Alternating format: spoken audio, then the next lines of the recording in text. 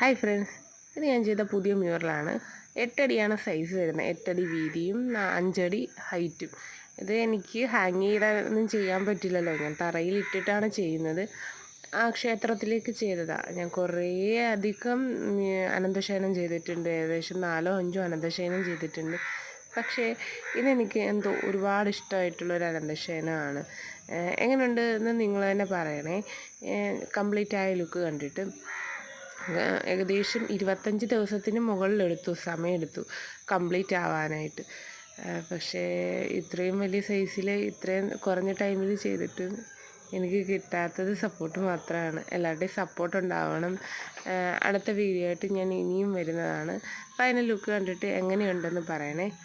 ഇതാണ് final look, complete ആയ photo.